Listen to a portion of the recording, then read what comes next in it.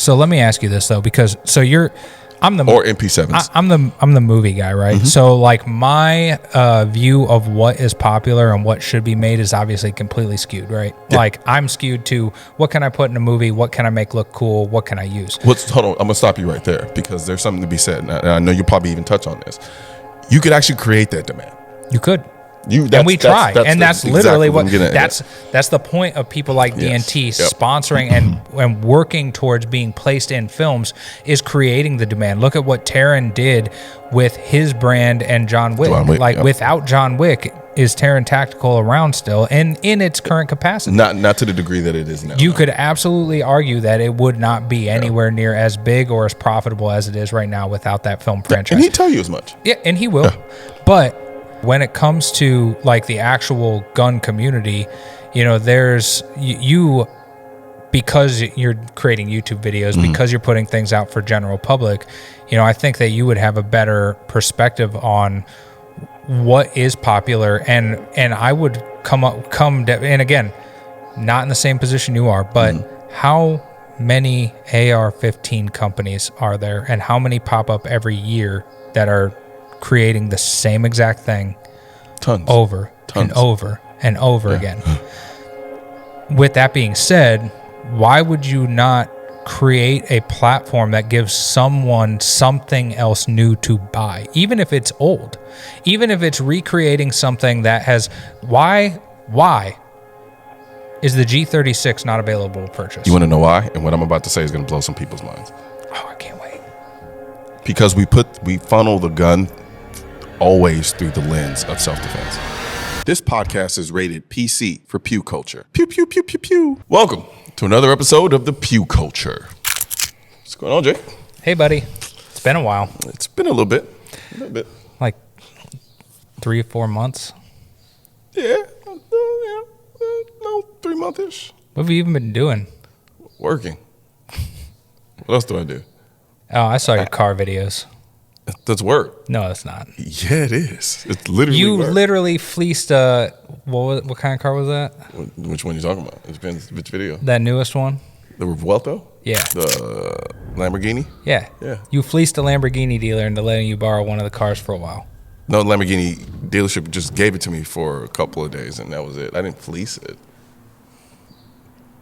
Yeah, you fleeced it. What is okay, define fleece. Fleece, as defined. Colion. No, because the definition of fleece, based as I know it, is not fitting with this. So you must have some like specialized version or idea of what fleece means. Yeah, it means that you tricked a Lamborghini dealer into giving you a car for a couple of days so that way you could make a sweet video about it. But they asked me to and do the video. Said that it was work. No, but they asked me to do the video. Did they give you something for it? What? To do the video? Other than the car? The car was the thing. Did you get to keep the car? No. You need a better agent. All that to get to there. Oh, shit. It's new. We're starting out. We're working our way up. Speaking of good agents, we have a sponsor. We do. We have a sponsor now. Pew Culture got a sponsor, guys. It's great. I'm happy. Can you tell us about them? DNT. What's that stand for? Day, night. Technologies. I was going to say tactical. Nah, technologies. Tactical would make it so it'd be even harder to advertise. YouTube doesn't like thermals. I don't know why. Yeah. But the cool thing with DNT is you don't have to use it on a gun. So no, they have handheld stuff too. Yeah, and it works really good for killing. I mean, hunting. I've done a couple of videos on them, and I enjoyed the experience. Once I kind of get once you understand the concept of what it is, then it makes sense because this was my first time running something like this. Mm-hmm. So I had to I was like, oh, this does everything. How about that one shot? The zero? Oh, dude, that's so good. If you don't zero your guns a lot, there are people out there who don't zero their guns at all. But being able to zero your gun in it's technically 2 shots. Technically, it is 2 shots. Yeah, it's technically 2 shots. But that doesn't sound as good for marketing. It doesn't. But technically, it is 1 shot because you always kind of have to take the first shot. Yeah. And then see where you are and then make the change. So it's technically 1 shot. Yeah. No, it works perfect. Yeah. But we well, I got hooked up with DNT because I use them in a lot of the movies that we're working on. And actually, a funny story, this one right here is actually signed and authenticated from Jeremy Renner. It's for a project that's coming up that we're not allowed to talk about. Yeah. So, like, actually, these guns right here, this actually doesn't have anything to do with the... That has nothing to do with what we're talking about today. No, not at all. And we're not allowed to talk about it. Yeah. But thank you, KRG, for building them for the project that we're not allowed to talk about. We're not allowed to talk about it now. We'll talk about it later. Yeah. And then you'll see it, and then you'll go, oh. Okay. That's cool. His asshole won't even tell me. Nope. Dude, Marvel is a bitch. Oh, but you could talk about that. I'm just saying that their non-disclosures are fantastic. Oh, man. If you are them. All right. Well, all right. We're also not talking about Sicario, but we are talking about Lioness. the guy who wrote Sicario. Oh, well. Taylor Sheridan. Just messed up my intro for what we're talking about. Your intro isn't as cool as my Easter eggs. No, I mean, no, you're absolutely right. That's why I just stopped. Go ahead. Do your thing. Yeah. Lioness. You made a video on it. Yes, I haven't released it, though. Damn it. Wait, are you going to have released it by the time this comes out? We'll just keep pushing this episode back until I release. Dude, just like the I Am Legend video that was supposed to be out like 3 months ago. Peter. What can I say? I'm a perfectionist. Don't bring me into this. It's a good thing that most people who make movies are not perfectionists or nothing would ever come out. I'm learning that the hard way. Well, Lioness, though, did take 7 months, which for a TV show is an eternity to make. Seriously? Yeah. It took 7 months for season one for that season to be made. That is a forever timeline. But then why do movies take like years? Well, the big thing with Operation Lioness and like Yellowstone and things like that, how much CGI is involved in those shows? Very, very little. I mean, it's mostly practical acting and you know, when you're talking about explosions and things catching on fire and, you know, Taylor uses real guns with real blanks. Doesn't take very much time to produce those things. But you'd look at something like Avengers. One of the main characters in that movie is completely CGI.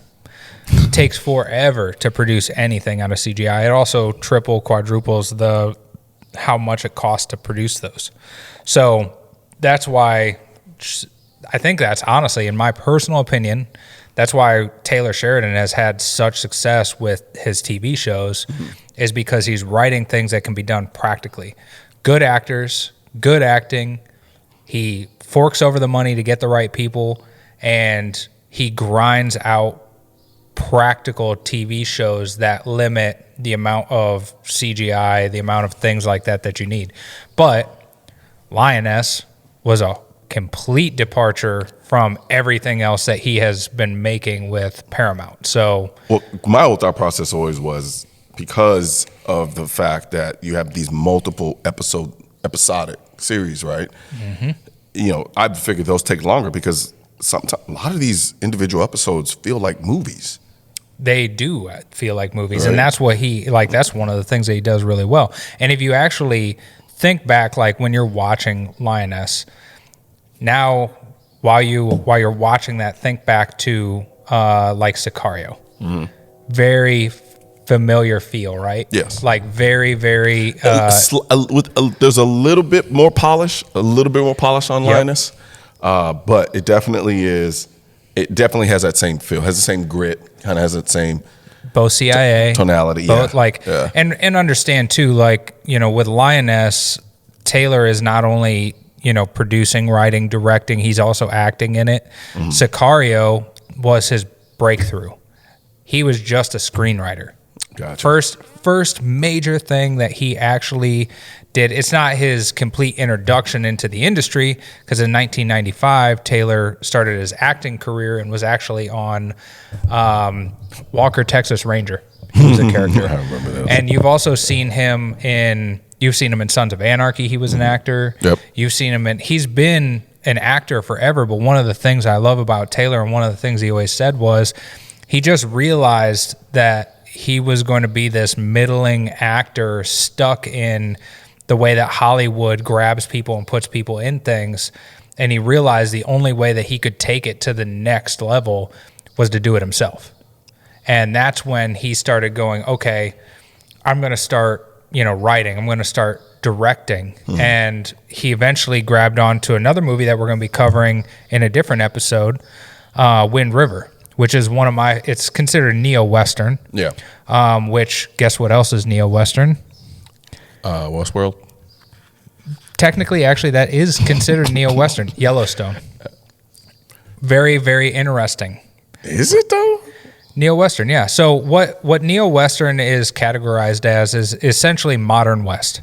Oh. So modern cowboy, yeah. modern, ranch, rodeo, killing, but all wrapped into a modern time frame. And that's what Wind River was. So then technically Westworld would not qualify. Westworld's almost more of a Western sci-fi. Yeah. Well, I'm saying it more so. I'm talking about the elements of Westworld that pertain to being a Western. Oh, those yes, elements. correct. Yes. That wouldn't be neo. No, that is not. But really interesting. Wind River, which was his directorial debut. Okay. And he wrote it. Released in 2017. You know what else was picked up in 2017? No. Yellowstone. Tied in perfect timing. Both came together. Wind River, in my opinion, kind of flew under the radar, right? It was not a lot of people have seen it. It starred Jeremy Renner and Elizabeth Olsen. Mm-hmm. Really, really well written, really good movie. Gritty, brutal. I think John Bernthal is actually in that movie too. I never watched it, so I can't tell you. It's phenomenal. You got to watch it before that episode because it's really good. But it had all the highlights and feel that led into Yellowstone. And it's like almost exactly what people wanted. And I think he realized that with the release of that. Like, if I can turn this into a franchise, if I could turn what Wind River felt like into a franchise, we can make some freaking money. And like that's what Yellowstone is. So when I look at these, sorry, I'm messing up your script. So like, when I'm writing one of these, right? He's writing all of this by himself? There's usually a writer's room. That's what I was wondering. Yeah, my brain, I was like, there's no way anyone could just, I guess, but to do it within the time frame with the efficiency, I just don't see it. So it's funny. I actually got a phone call from a guy who, he's a federal agent and he's getting ready to retire. And he's like, hey, listen, man, I got this laundry list of these cases that I've been on. Mm-hmm. And, I know you did stuff helped out with Terminal List. I know, like some of these guys, like, do you think that these stories, and he proceeded to tell me all these stories, would make a good movie? Or should I write a book, or what should I do? And I was like, listen, man, like, I honestly, at this point with Hollywood, if you can go to a ghostwriter and write a novel, write the novel first. Like, if you can do the job of turning it into a novel first, in my opinion, that novel then gives you collateral to put in the hands of a director or a producer or whatever, rather than going somewhere with a script and saying, please read my script. Please read this and try to understand what I am trying to get across to you from the perspective of 8, 9, 10, 12 characters. This is hard to understand. So a lot of people now are obviously, why do you think so many movies are being created off of books? Yeah. And it's just because it's so much easier to understand the concept of it. It's entertainment for people to begin with. Mm-hmm. And if the book sells well, you kind of have a general idea on what's going to happen with a TV show or a movie. I.e., look at how well Terminal List is doing. Yeah. And Jack Carr just keeps pumping out novel after novel. Like, why stop now, right? Yeah. Like, tell the stories. And I mean, literally as we speak right now, my buddy Gary, Gary, is in Toronto prepping to go to Morocco on the next season of Terminal List. As soon as we're done with that, we're going to be looking at the next spinoff and the next season, and hopefully Tomorrow Wars 2 comes close after that. So, there's a franchise there if you can create it. Just interesting, but that's where Taylor got his, and I don't think that there's a lot of people like Taylor either, right? The thing that's really interesting about him is He started as an actor. Most actors can't revert into writing screenplays, right? Like there are them out there, but usually you're an actor who was already writing screenplays, not an actor and then go, you know what, I'm going to try my hand at this. Now I'm going to try directing. Now I'm going to try producing. I always felt that I had to read them, right, in order to perform my job as an actor. I think there should have been some crossover. There should be some element of an ability to cross over and start writing as well. You would assume. You could assume it, but I mean, there's a comfort in being able to, when you're a really good actor, right? You can just keep acting. Like that's, Yeah, I see what you're saying. It's one of those things where you have to have a reason, I think, to go to it. Now, guys like Danny McBride, right? Dude, Danny is a phenomenal writer. So my question is, where's the money? Where's Danny's money? No, where's the money in terms of going the writing route or the acting route? Well, I think really the money comes in when you can write it and produce it yourself. Gotcha. That's where the money really comes in. Is can I write this and can I get it produced myself? Because then at that point, you're able to pay yourself what you're worth, rather than writing this and sell. It's like writing a song, right? And then selling it to, frickin' Kenny Chesney. It's like I wrote that song. I hear him singing it, but no one knows. I have no idea who that is. He's a country music guy. For whatever reason, Kenny Chesney was the first person who popped in my mind. I don't know why.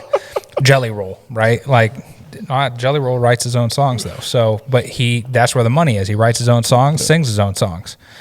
If you just write the song and sell it, you probably aren't going to make near as much money as the person performing it. Yeah, you make a good valid point there, sir. But Operation Lioness, this is like your favorite TV show, right? It really is. It really, really is. Now there are two reasons for it.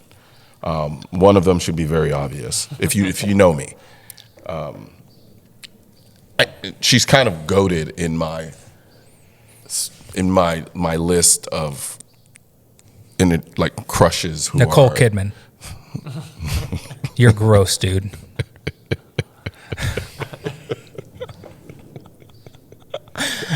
I don't know why that's so fucking funny. Oh my god, it's so funny. Wait, that wasn't where you were going. Also, wait. Okay, how old? I don't know. She's got to be like. Let's see. She's got to be in her 50s, right? No, I'm saying, what did she look like before? I mean, back in the day, I think she's had a lot of plastic surgery now. 57. But that's okay. She looks good for 57. Mostly because of the plastic surgery, though. I mean, no. She creeps me out, though. I don't put that in the episode, but she creeps me out. I can see why. It's in her eyes. It's in her eyes. She has very sinister eyes. Yeah. Yeah. Well, I think anyone who spent that much time in and around Scientology probably it has some stuff going on. She there. has the I don't know if I can say what I'm going to say. There's a certain stare she has. You're black. You're allowed to say it about white people. That's not how this thing I'm about to say works. Oh, got it. I'm a black male. She has a 1,000-yard stare. Scientology. I think that she got taken over. Now, here's the thing. Phenomenal actress. Oh, man, for real, though. Yeah, she's really good. Phenomenal. She wasn't actually supposed to be an actress in this show.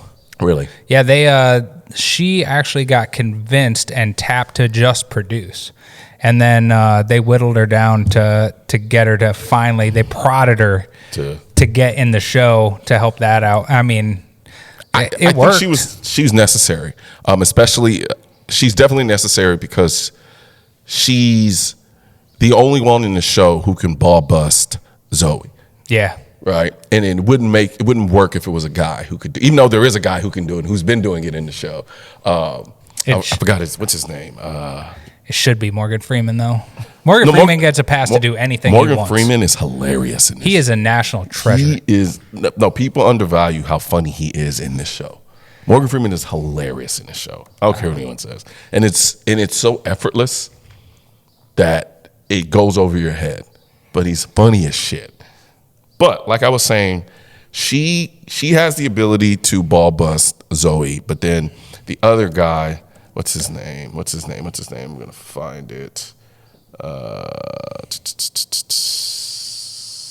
Kyle. Thad Luckinbill, whatever his name. How do you ever say that shit? Him. He has the ability to ball buster. Now they actually fist fought in this show, so there's that too. But Nicole Kidman, her ability to kind of play off of Zoe and what's his face? Where is he? Michael Kelly. Mm-hmm. Yep. Yeah, that little trifecta there, I think it's perfect because you really don't really understand, like, you know who's top dog literally. Yep. But their dynamic is very much like you just took a bunch of alphas and just threw them in a little bathroom and said, figure this shit out. And that's what I get from that whole dynamics, and I love it. That said, yes, my favorite, one of my top reasons why it's one of my favorite is because of Zoe. Yeah, and I wonder why. Because I think it's Zoe playing Zoe. Because you have a massive crush on her. I already said that. No, you said that about Nicole Kidman. No, you said that about Nicole Kidman. I said Zoe lives in the goated world of like famous people crushes that I have. Yep. Right. So it's past that whole kind of like juvenile crush aspect. Now she's just Zoe. Mm-hmm. Right. And then I actually do like her a lot as an actress outside of just my inherent. She's great as Gamora. Yeah, she actually was. Yeah. And she's like the perfect character type for that. To the point where I forgot it was Zoe. Yeah. And so I think that in and of itself says a lot. But she has to be put in a role that fits her personality. And if you notice, there are similarities between her role in Lioness and... Yes. Yeah. There is crossover. Well, and I mean, that's because they found the fit for what, where she goes, and it just makes sense. Any role that requires her to brood, she's usually pretty good in. But the action sequences in Lioness are fantastic. She does a very good job with that. Actually, everybody in this does a good job. Every single person that handles a gun in this show handles it realistically. That is because there's a lot of military advisors on this. Yeah. Lots of military advisors, lots of training.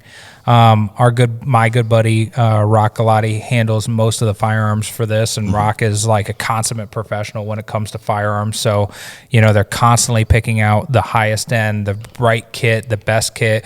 Taylor has a lot of say in things like that. Mm-hmm. Taylor obviously uses and picks things that he actually likes, things he's handled himself. Taylor is a character on the show. I think he shows up in like 3 episodes. Maybe he plays Sergeant Major Cody Spears. So he was a Delta Force guy who gets loaned out to the CIA. So that's cool. Was that season 2? Yeah. Season 2. Yeah. So we're jumping ahead a little bit, but just to like give, Taylor shows up in most of his own shows. He was an actor, so why not? Yeah. He also puts himself in the roles that he most wants to play, i.e. Yellowstone. We all know how that. I'm not gonna lie to you. In season 2, if you haven't watched it yet, those 2 Delta guys, they killed it. Yeah. So that makes sense. Yeah. He always plays the guys that he wants to play, and he writes he's gonna write the character he wants to be. Yeah. Good for him. Yeah, it's your show, dude. I'm not mad at it. Trust me, if I had my own show and I wrote it, the only additional character would be Peter. He'd get killed, right? He'd be the camera guy. Oh, okay. Gets shot by accident. No, Peter would be the camera guy, being the camera guy in the show. Oh, got it. Yeah. I thought you were going to make him like a roof Korean. Oh, Jesus. At some point, I'd probably become that. But Peter's not Korean. But he could play one on TV. Rooftop Asian. I don't think he'd pass as a Korean. Peter doesn't strike me as a Korean. From far away, from here, no, you could never tell. I would absolutely tell. I can't. I can look at Peter. He's not. Like someone's like he's a Korean. I say no. That's just because you know him so well. No, I just know Koreans. Got it. There's an inside joke somewhere. Well, I was so why is that? I was going to say, are we tying this into like, I don't know, the history of Texas football at massage parlors or something? Because I'm pretty sure Deshaun Watson is still in trouble for that, right? They have been on a like official. Don't ask me how I know this. Yep, keep going. I see it on my feed on Instagram. Dallas has been on a tear lately with like busting like massage parlors. And I stuff. believe it. Yeah. I mean, Houston too. Houston too. Yeah, both of those cities, pro football players are constantly in trouble for it. No, they're not. They are. they? Ask Deshaun Watson, man. That's the only one. No, there's other ones. Who? Hold on, I'll tell you his name. Oh gosh. But back to Lioness. Yeah. Okay. So while I look this up, All right. So I want to talk. Okay. So one thing I love about Lioness is the guns that they pick. Right. There are a lot in here, which is why we don't have a specific gun from Lioness on the table. But the one that stood out to me, when the one I'm doing the video on, I'm concentrating the video on, is the Spear LT. Yep. Right. I love the Spear LT for a number of reasons. One, I think it's a unique rifle in a sea of typical same. I think my favorite is this is one of the products that SIG made that doesn't fire by itself. I'm not touching that. The only reason I'm not touching that is because I have so much insider information two ways, like where one person I know who's an expert in a sense is like, yeah, something's up. Another person's like, no, that's not really an issue. And then it goes backwards and forwards. And I'm like, I don't have enough knowledge set in this situation. To make a decision one way or the other. But I'm pretty sure this guy over here has something to say. I don't care either way. It does not matter to me. I don't care if they go off by themselves or not. I don't use SIG products. Okay, well, that's why you don't care. Exactly. Yeah. So I don't really care. SIG is a fine enough product that it doesn't matter. I don't care. This is painful to listen to. Like, utterly painful. Listen, I'm not going to get myself in any more trouble than I've already caused myself in this episode. I have gone down at least 3 ways that I'm going to get canceled on this episode already. I picked up on this. And that's the theme. That's the theme, and we haven't been here for a while, so I need to catch up on the cancellation. No, the SIG Spear though is now the SIG Spear is not absent of its own problems. Like every gun. Yes. The Scar has problems. Yes. Mostly its weight. Scar's not heavy to me. Not to you. But also, I just saw how weak you were shooting the Deagle. So that little girl was way better at shooting Desert Eagle than you. She was. You guys can cut that in right now, and let's all laugh at Collins. That's awesome. One thing I've learned, you're not going to win going against a little girl. There's nothing I can say or do right now that's going to vindicate me in any way. So, yeah, she did. Yeah, that was awesome. No, but the SIG Spear is, 1, it's awesome. 2, it's accurate. Like in terms of the depiction, right? Yes. Like the characters that they're playing, they would actually use these products. They're not just throwing random bullcrap on these characters and expecting gun guys to just go along with it. Yeah. And you can even tell just by the way they're set up, you can tell they're individually set up for the particular roles of each character. Yep. And I would say thank you, Practicality, for doing, that's one of the issues is there's so few armors left and so few real prop masters with gun experience left that's why we're getting so many of the things that we're getting thrown at us on screen, and we all sit there and go, oh, that someone put an optic on backwards again, or oh, that's because dudes who don't know anything are setting them up typically. But then you get into a show like this, you get into a show like Terminal List, and you actually have prop masters and armors who care and will take time to set up people's products the right way, the characters' products. And it just, even in that picture of Zoe holding that gun, it fits her. Like you didn't just hand her a freaking 50 cal and be like, here you go, you're 120 pounds. Look, shoot this, Zoe. You can handle this. No, I mean you're absolutely right, and I think the gun in and of itself, because there is a femininity about the gun. I know that sounds weird to a lot of people, but if you're used to my reviews, you know how I speak on things. But there is inherently and I talk about it in my video, is that the gun has an ability to kind of become what the person holding it is, right? Yep. So you just throw a regular AR in her hand, it just looks like an AR. It doesn't really kind of mold. You throw a Spear LT in her hand, the Spear LT has this ability to look more feminine in her hand, more natural. You put it in a guy's hand, it has the ability to look masculine and still fit that role as well. And I think a lot of it too has to do with the color. I think it's really cool that, I mean, they didn't throw the spear in a ton of dudes' hands. They gave them Knight's Armament, which is, again, accurate and a proper depiction of an AR platform that would actually be used. And how many movies are out there actually using Knight's Armament products? Not a lot. You want to know why? Because they're really freaking expensive. Like, I mean, off the shelf, we are typically just grabbing whatever you have. And in the past, that's almost always been a whole lot of Colts. Because every movie prop house in the entire world, not just here, but our shop in the UK, Bapty, we have so many Colts because that's what everyone had. So you just keep retrofitting those. But to actually have the foresight to go out and purchase Knight's Armament products, SIG products. Yeah. I mean, they even have a freaking G28 in here. Well, it's really MR762. Yes, it is. But nonetheless, I mean, the funny thing is about the MR762, it's one of my, if not one of my favorite 308 rifles that I don't really enjoy shooting. It's not, and it's just going to sound bad, but it's truth for me. It's not the 308 rifle I would go to for any particular thing. However, I love it aesthetically. I love it ergonomically. Mm-hmm. It's just too damn heavy. Yeah. It's heavy. And it doesn't really, from a recoil standpoint, it's not the softest shooting 308.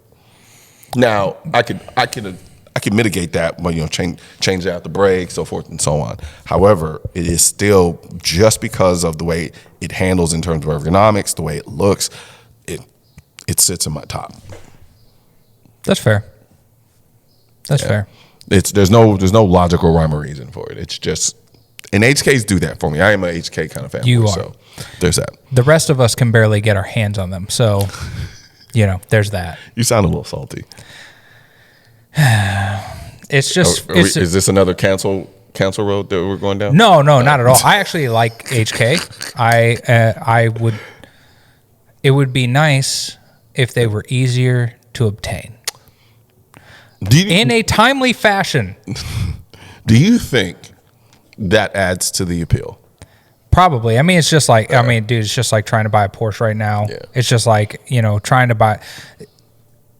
Yes, it does. However, when you are in a situation like we typically are, which especially when we're talking about productions that are based in fact and you have to have something specific, right? Mm-hmm. So like, let's say that we were going to make Book of Eli 2. Mm-hmm. We would have to go and get the HK handgun, right? Yeah. There's no way around it. Yeah. We'd have to do it.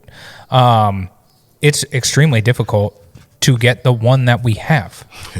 Like, let alone, okay, let's go create 6 more blanked, ready to go. It's going to take us months and thousands of dollars to get them out of HK because they don't care. And I don't mean that in a mean way, but they don't care about the consumer market. It's just not a thing. So now I will say this: didn't they just recently? They got a new CEO. We'll see how it goes. Yeah, I'd love to get a meeting with this person. Because I mean, from the interviews I skimmed through, it's seemingly like they're making a change. At least you at HK USA. At least. Now, I will say, typically speaking, USA branches of European-based companies, they don't have the same swing. Yeah. They don't have the same pull. Yeah. And they almost always have to go and ask to get permission. To get anything actually done, and it takes forever. That is true. But, I mean, at the same time, like, hopefully that unlocks something, because you got to think, man, like, you actually put a real HK MP5 out in the United States? Come on. Look at how popular all the knockoffs are. Like, now, and I know that they had the MP5K and things like that, but that's not the same thing. It's close. It's good. It's close. Don't get me wrong, it's good. It's close. But it's not ho, ho, ho, I now have a machine gun. It's not the same gun. It isn't. But then again, okay, so I talked to, we're going down a mean rabbit hole here. That's okay. So I was watching a video. It might have been from TFB. Okay. TFB? Firearms vlog? Yeah. TFB. And they did an interview with the new CEO, and he was asking them these questions about, why aren't y'all leaning into products that are really popular? And for all intents and purposes, what he said was, there isn't a market for it big enough. There is a market in space within the hardcore gun community, but there isn't a real market from a broad general public standpoint for people just dying for MP5s. So let me ask you this though, because I'm the or MP7s. I'm the movie guy, right? So my view of what is popular and what should be made is obviously completely skewed, right? Yeah. I'm skewed to what can I put in a movie, what can I make look cool, what can I use? Hold on, I'm gonna stop you right there because there's something to be said, and I know you'll probably even touch on this. You could actually create that demand. You could. And we try, and that's literally exactly that's the point of people like DNT sponsoring and working towards being placed in films is creating the demand. Look at what Taron did with his brand and John Wick. Without John Wick, is Taron Tactical around still and in its current capacity? Not to the degree that it is now. You could absolutely argue that it would not be anywhere near as big or as profitable as it is right now without that film franchise. And he'd tell you as much. Yeah, and he will. But where I'm going with this is that actually, where was I going with this? I interrupted you. No, that's okay. So that was a good point though. Yeah. So your perspective is a little different because you're my perspective is there, but when it comes to the actual gun community, there's you because you're creating YouTube videos, because you're putting things out for general public, I think that you would have a better perspective on what is popular, and I would and again, not in the same position you are, but how many AR-15 companies are there, and how many pop up every year that are creating the same exact thing over and over and over again? With that being said, why would you not create a platform that gives someone something else new to buy, even if it's old, even if it's recreating something that has why is the G36 not available to purchase? You want to know why? And what I'm about to say is going to blow some people's minds. Oh, I can't wait.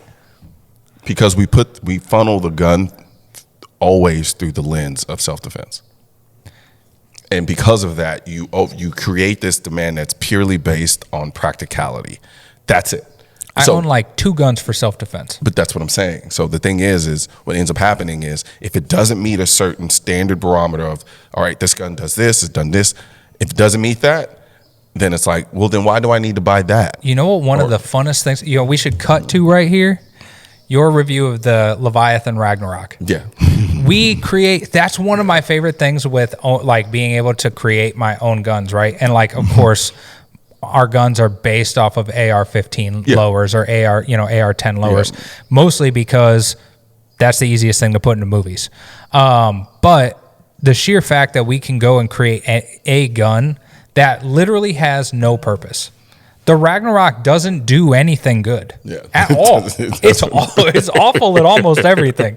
But it's so cool. But I mean, if you throw a suppressor on it and you're running subsonics off that thing, it does pretty well. Yeah. But if you're just shooting the Ragnarok with regular rounds it's a noisemaker. It makes noise, it makes big flash, and it throws some tumbling lead downrange inaccurately all over the place. Yeah.